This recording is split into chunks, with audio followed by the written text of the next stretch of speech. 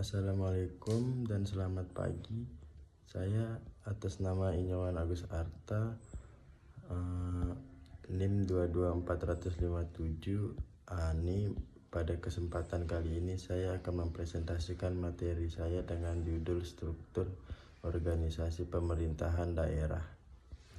Nah, jadi struktur organisasi pemerintahan daerah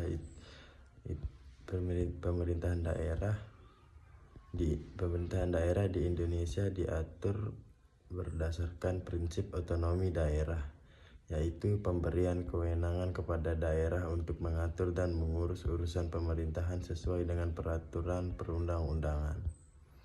Secara umum, struktur organisasi pemerintahan daerah terdiri atas kepala daerah.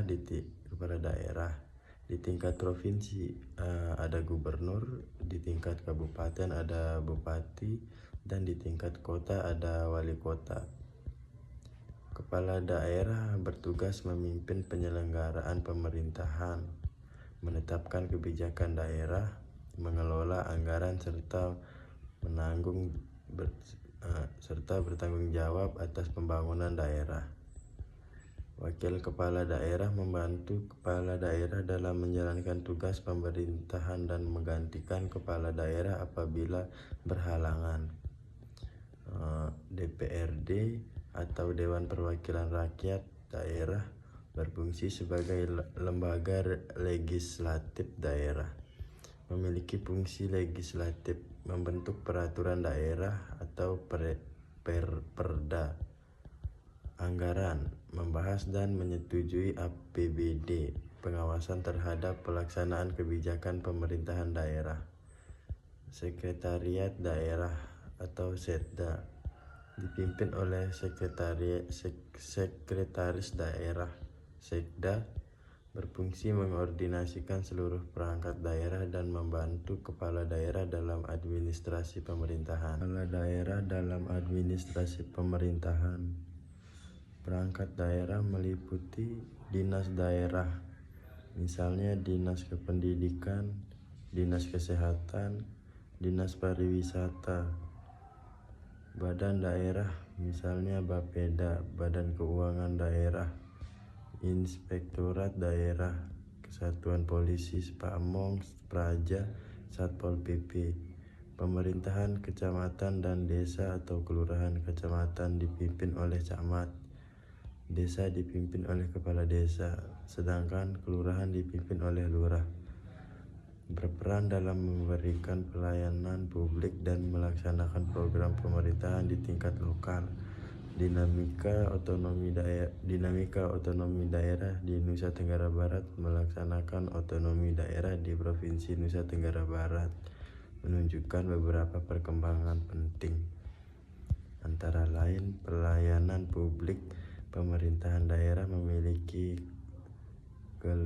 keleluasaan untuk menyesuaikan kebijakan dengan kebutuhan masyarakat, seperti peningkatan layanan kesehatan, pendidikan, dan administrasi kependudukan. Pengembangan potensi daerah NTB mengembangkan sektor-sektor unggulan seperti pariwisata, misalnya kawasan Mandalika, pertanian dan peternakan, perikanan dan kelautan, usaha mikro, kecil dan menengah, UMKM, meningkatkan pendapatan asli daerah. Pemerintah daerah berupaya meningkatkan PAD melalui pajak daerah, retribusi, pengelolaan aset, dan pengembangan sektor ekonomi lokal. Kolaborasi dengan pemerintah pusat. Banyak proyek strategis nasional di NTB dilaksanakan melalui kinerja sama antara pemerintah pusat, pemerintah provinsi, dan pemerintah kabupaten atau kota. Tantangan otonomi daerah di NTB. Walaupun membawa banyak manfaat, pelaksanaan otonomi daerah di NTB juga menghadapi berbagai tantangan, antara lain kesenjangan antar wilayah pembangunan di beberapa wilayah, terutama di Pulau Lombok, relatif lebih cepat dibandingkan sebagian wilayah di Pulau Sumbawa.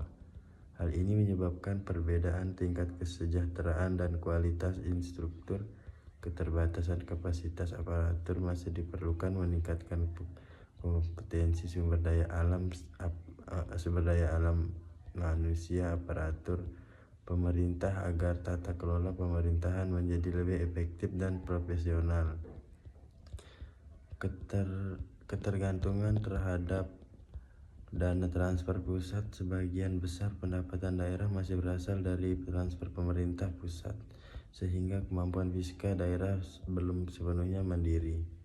Pengelolaan sumber daya alam, pemanfaatan sektor pertambangan, perikanan, dan pariwisata harus diimbangi dengan upaya menjaga kelestarian lingkungan agar pembangunan berkelanjutan dapat tercapai.